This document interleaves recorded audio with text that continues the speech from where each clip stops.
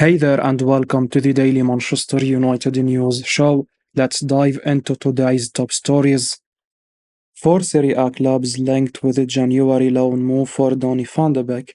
Olympique Manchester United suffered a 1-0 defeat at the hands of Newcastle United at James Park on Sunday, heaping further pressure on manager Erik Tanhaag.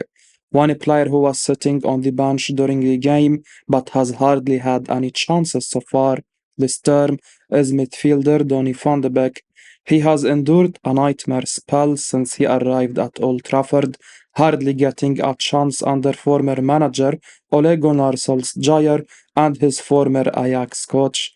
The Dutch midfielder has made two appearances in the current campaign, totaling 21 minutes of action, with the manager recently claiming his compatriot needed to leave to earn more game time. The former Ajax star has himself revealed that he is itching to play, and as per La Gazzetta dello Sport via Football Italia, as many as four Italian clubs are interested in a potential loan deal. While United would prefer to sell him permanently, they are aware that they will need to send him out temporarily while paying a portion of his wages. Juventus' interest has been reported by the People's Person, but surprisingly, they are cited in the report as having the lowest chance of landing the versatile midfielder. That is because United want to send the player to a club where he can play the most, which can in turn help them sell for a higher amount in the summer. Genoa are a genuine option as the Serie A side had already tried to get Van de Beek on loan last summer. The 26-year-old has also been offered to Fiorentina and Atalanta. Atalanta's Dutch contingent could help the United star settle faster. It will be interesting to see where the player ends up in January as he aims to revive his career.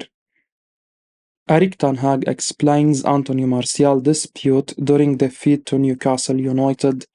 Erik Tanhaag has explained the dispute he had with Anthony Martial midway through Manchester United's 1-0 defeat to Newcastle United. Anthony Gordon struck for Newcastle United midway through the first half, but Erik Tanhaag's side had no retort to this and once again failed to score against the Magpies. It's now three straight defeats against Newcastle in all competitions under Tanhaag, and the Red Devils have failed to score in all three of these losses. One issue throughout the game was United's lack of attacking intent, with Anthony Martial and Marcus Rashford in particular really struggling to get involved in the game and offer the Red Devils an outlet. During the first half, the French forward, who was starting ahead of United's big money signing Rasmus Højlund, was pretty much anonymous. This drew the ire of Ten Hag as the Dutchman stormed down the technical area from his seat and began berating the former Monaco forward. Martial, perhaps surprisingly, began biting back at Ten Hag, and the former Ajax boss was asked about the fallout with the Frenchman. He said, "It's not about Anthony Martial. I don't go into individual performances. I tried to energize the team and tried to get a reaction. We had a tough period, and your coaching is a little bit more aggressive. That's normal." Despite the Danish forward struggling to get involved in the game when he came off the bench, Højlund has to start Wednesday's vital game against Chelsea. The 20-year-old remains without a goal in the Premier League this season, but Højlund, despite this, always gives his all for the team and presses with intensity. Martial, despite his good performance against Everton at Goodison Park last Sunday, just does not look to be at the level required to play as a striker for the Red Devils. He has to be back on the bench for United a crucial month. Otherwise, the Red Devils may well struggle for attacking consistency. Erik Tanhaag says he will talk to Man United star about alarming slump in form. Manchester United manager Erik Tanhaag has confirmed he will chat to Marcus Rashford about his poor form this season. After a 30-goal season in Erik Tanhaag's first campaign in charge, the Englishman has struggled hugely for Manchester United for months now. With just 2 goals to his name, Marcus Rashford looks widely out of form for the Red Devils this season, and the Englishman was once again atrocious against Newcastle United at James Park. Rashford was correctly substituted with half an hour of the game remaining in what has been a sharp decline for the forward. When looking back on last season's outstanding performances, speaking to the media, as quoted by the Mirror after the defeat, Tanhaag was asked about Rashford's poor form after the defeat to Eddie's House side and gave a simple response. He said, I will talk to him and not the media. I don't go into individual performances.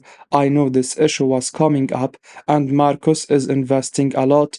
He will return to his form, he will recover, and he will get all our support.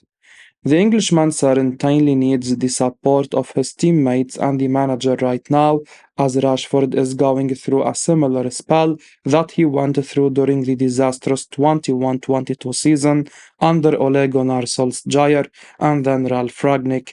Despite Ten Hag's words of encouragement for the 26-year-old, it's time for Rashford to be removed from the team until he rediscovers his form. Alejandro Garnacho has come in and has performed well from the left, but Rashford on the right just does not work. There were some signs it might work earlier on in the season, but those have quickly gone out of the window. Facundo Pellistri has been waiting patiently for his opportunity in the first team and has impressed on international duty with Uruguay.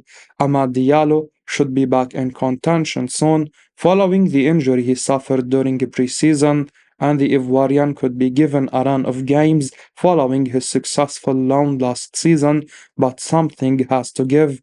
Rashford needs dropping. Erik Tanhaag gives a brutal admission about his Manchester United team. As his tenure as Manchester United interim manager drew to a close, Ralf Rangnick cautioned incoming boss Erik ten Hag about the squad's condition. Ralf Rangnick's stark warning that Erik ten Hag needed to perform open heart surgery on Manchester United squad continues to resonate after their 1-0 defeat at Newcastle.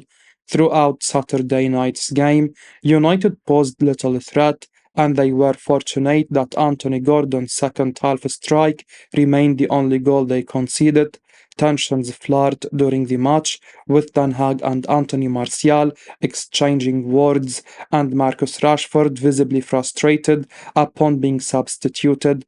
Despite 8 members of United's starting lineup against Newcastle being part of the squad during Rangnick's tenure 2 seasons ago, it appears that Ten Hag has not taken heed of Rangnick's advice. Ten Hag said, we are always having issues. I know it's your job to see that. We have the away form or we have the home form.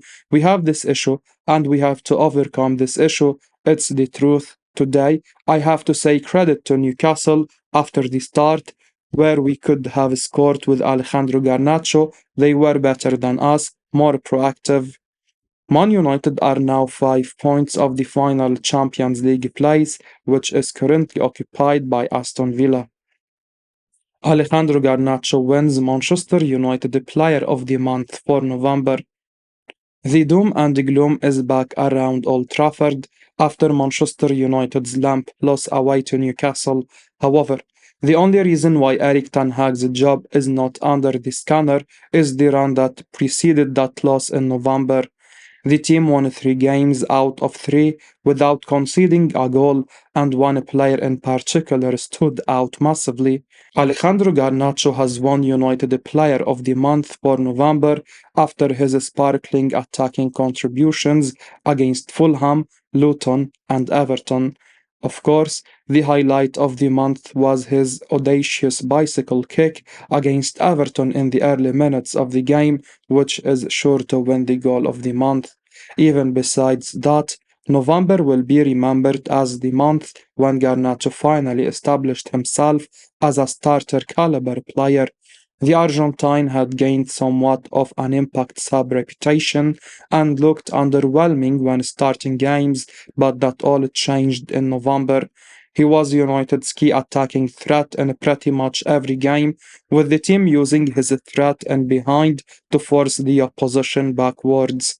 Garnacho has also started using his weaker left foot a lot more recently, which has added another dimension to his game and made him difficult to defend against.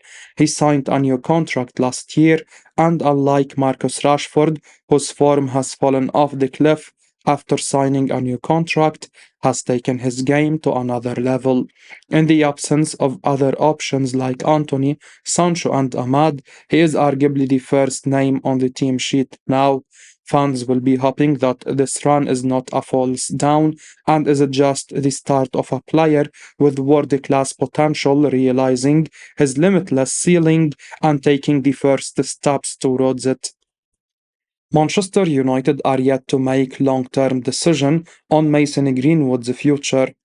Manchester United had a turbulent summer that included making a decision on the immediate future of Mason Greenwood, the forward who hadn't featured for United since the January of 2022 was shipped out on a season-long loan to Spanish side Getafe. Greenwood has settled in well the southern region of Madrid, performing steadily for Getafe as he attempts to work his way back to form. Given the 22-year-old's impressive performances, talk on his long-term future has naturally resurfaced.